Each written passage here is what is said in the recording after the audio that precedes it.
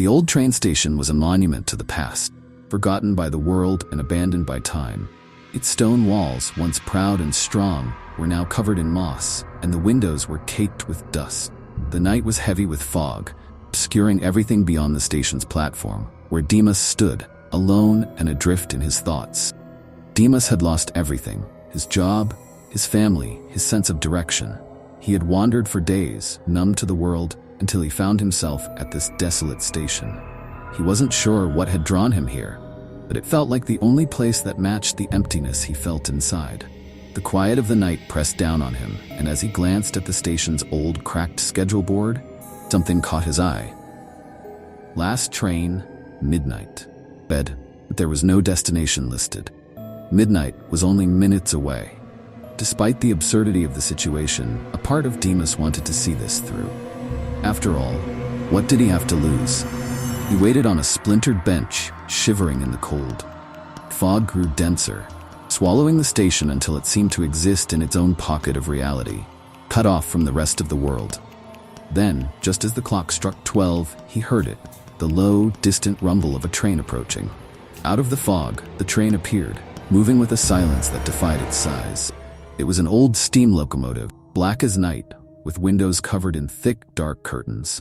The doors opened with a soft hiss, and without thinking, Dimas stepped inside. The interior was dimly lit, with plush seats and polished wood, but something about it felt wrong. The air was heavy, almost stifling, and there was a stillness that set his nerves on edge. He glanced around and saw a few other passengers, but their faces were obscured, hidden in shadows that seemed to cling to them like a second skin. Dimas found an empty seat near the back, as far from the others as he could manage. The door closed behind him, and the train began to move, gliding along the tracks with a smoothness that felt unnatural. He looked out the window, but there was nothing outside, just an endless expanse of darkness. The train moved through the night, passing stations that were more like fleeting glimpses of some otherworldly places. A village abandoned long ago, a forest where the trees twisted and whispered in the wind, mountains that loomed like sentinels in the dark. But the strangeness of the journey paled in comparison to the eerie silence of the other passenger. They sat unmoving, as if lost in their own worlds, their faces hidden from view. As the minutes dragged on, Dimas felt a growing unease. The train seemed to be taking him deeper into some unknown territory, a place where reality itself was beginning to unravel. He tried to focus on the faint sounds of the train's movement, anything to ground himself, but the sense of dread only grew stronger. Then the train slowed and Dimas's heart skipped a beat. He leaned forward, peering through the gloom, but saw nothing ahead. The train came to a stop, and for a moment, everything was deathly silent. The door to his compartment slid open, and an elderly man stepped inside. The man was ancient, with deep-set eyes that gleamed in the dim light. He wore a long, dark coat, and his face was a map of wrinkles, each one etched with stories of pain and suffering. The man walked slowly toward Dimas, his presence filling the small compartment with a sense of dread that made Dimas's skin crawl. "Do you know where you are?" the old man asked, his voice low and raspy, as if it hadn't been used in years.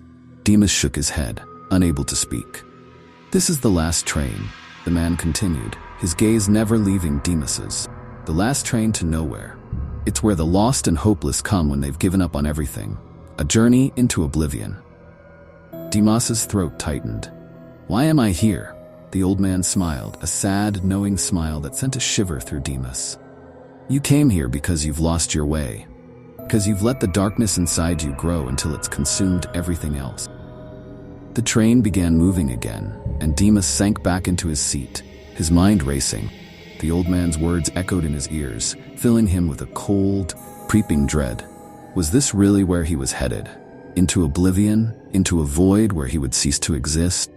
He looked around at the other passengers, and for the first time, he saw them clearly. Their faces were gaunt, their eyes sunken and lifeless. They were more like shadows than people, hollowed-out shells of who they had once been. Dimas tried to stand, but his legs felt like lead. He struggled against the weight of the darkness that seemed to press in from all sides, but it was no use. The train was moving faster now, hurtling through the night, and the passengers began to murmur, their voices rising and falling in a haunting, dissonant melody that made Dimas's blood run cold. He clutched the armrests of his seat, his knuckles white with tension.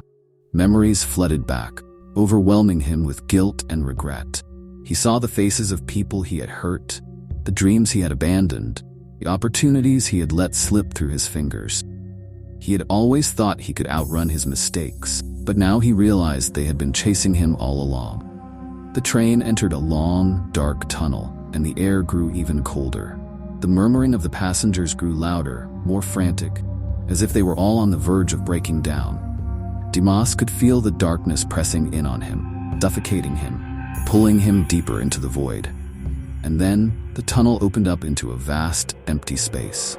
The train emerged into a world of total darkness, where there was no light, no sound, no sense of time or place. It was as if they had crossed into another dimension, a place beyond the reach of reality. The passengers fell silent, their faces blank and expressionless. Dimas felt a cold sweat break out on his forehead as he realized they had crossed into the final stage of the journey. This was the end, the place where they would all be swallowed by the darkness, forgotten and lost forever. But something inside Dimas refused to give in. A tiny spark of hope, buried deep within, flared to life. He wasn't ready to disappear. He wasn't ready to give up. With a surge of determination, Dimas forced himself to stand. The darkness pressed down on him, trying to pull him back, but he fought against it, each step a battle against the crushing weight of despair. He moved forward, pushing through the oppressive shadows toward the front of the train. He didn't know what he was looking for, but he knew he couldn't stay in that compartment, surrounded by the hollow, lifeless passengers. He had to find a way out. The train's speed increased, the wheels clattering on the tracks with a deafening roar. Dimas pushed through the darkness, his breath coming in ragged gasps as he fought to keep going. He could feel the darkness closing in around him, trying to smother the last remnants of his hope, but he refused to give in. Finally, he reached the engine room. The space was small and cramped, filled with machinery that hummed and clanked with a life of its own. The old man stood at the controls, his back to Dimas. "You've made it this far," the old man said without turning around, "but this is where it ends." Dimas took a step forward, his voice trembling. "I don't want to disappear, I want to live." The old man turned, his eyes cold and unfeeling. "This train is a journey into oblivion. You chose this path the moment you stepped on board." "I didn't know," Dimas cried, his voice cracking. "I just wanted to escape." "And escape you shall," the old man said, voice a low, rumbling whisper. "Into the darkness, into the nothingness." But Dimas realized something in that moment. The train wasn't just a physical place, it was a manifestation of his own despair, his own fear of being lost and forgotten. If he could find the strength to face that fear, to confront the darkness within himself, then maybe he could stop the train. Taking a deep breath, Dimas reached for the brake lever and pulled with all his might. The train shuddered, the wheels screeching against the rails as it fought to slow down. The darkness around them seemed to recoil, as if it were being pushed back by the sheer force of Dimas's will. The old man staggered, his eyes wide with shock, as the train ground to a halt. The darkness that had filled the engine room began to dissipate, the oppressive weight lifting as light slowly seeped back in. Dimas felt a wave of relief wash over him as he realized he had done it. He had stopped the train, he had faced the darkness, and he had won. The train came to a complete stop, and Dimas stumbled out of the engine room, his legs trembling with exhaustion. The passengers were no longer shadowy figures, they were people, just like him, with faces that were now clear and visible. They looked at him with a mixture of confusion and gratitude, as if they, too, had been freed from the darkness. Dimas made his way to the door of the train car and stepped out onto the platform.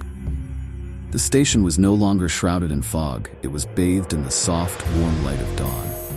The air was crisp and fresh, and the oppressive silence had been replaced by the gentle sounds of the waking world. He took a deep breath, filling his lungs with the cool morning air, and felt a sense of peace that he hadn't felt in a long time. The train was still behind him, but it was no longer the ominous, menacing presence it had been. It was just a train, a simple means of transportation, nothing more. As Dimas walked away from the station, the sun rising behind him, he realized that he had a second chance. The journey on that train had been a test, confrontation with his deepest fears and regrets, but he had emerged from the darkness, stronger and more determined to live his life to the fullest. And as he walked into the light of a new day, he knew that he would never again be afraid of the darkness.